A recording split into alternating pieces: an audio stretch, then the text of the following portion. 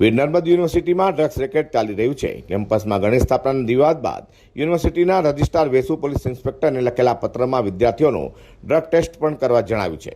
પત્રમાં લખાયું છે કે ગણેશ સ્થાપના માટે એમપી થિયેટર પાસે જ મંજૂરી આપી છે, જેથી એબીવીપીનું નવું જૂથ અને જૂના જૂથ વચ્ચે ગણેશ સ્થાપનાને લઈને વિવાદ થયો છે।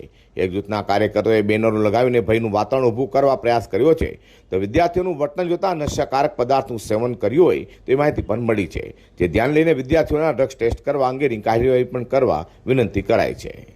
હાલની અંદર ભગવાન શ્રી ગણેશજીની સ્થાપના અને વિસર્જન દરમિયાનની પ્રક્રિયા દરમિયાન કેટલાક વિદ્યાર્થીઓ જે છે એ ઉગ્ર વાણી વ્યવહાર અને વર્તન કરતા હોય છે, એને ધ્યાને લઈને કેમ્પસની બહાર આ પ્રકારની શંકા વ્યક્ત કરવામાં આવી છે।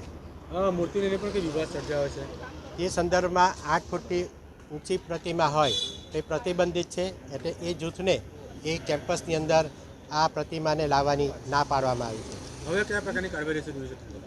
હવે યુનિવર્સિટીના ગેટથી જ આ તમામ પ્રકારના ચેકિંગ કરવામાં આવશે અને એની અંદર આદરણીય પોલીસ તંત્ર દ્વારા જે કંઈ કાર્યવાહી કરવામાં આવશે એમાં યુનિવર્સિટી તંત્ર સંપૂર્ણ સહકાર આપશે।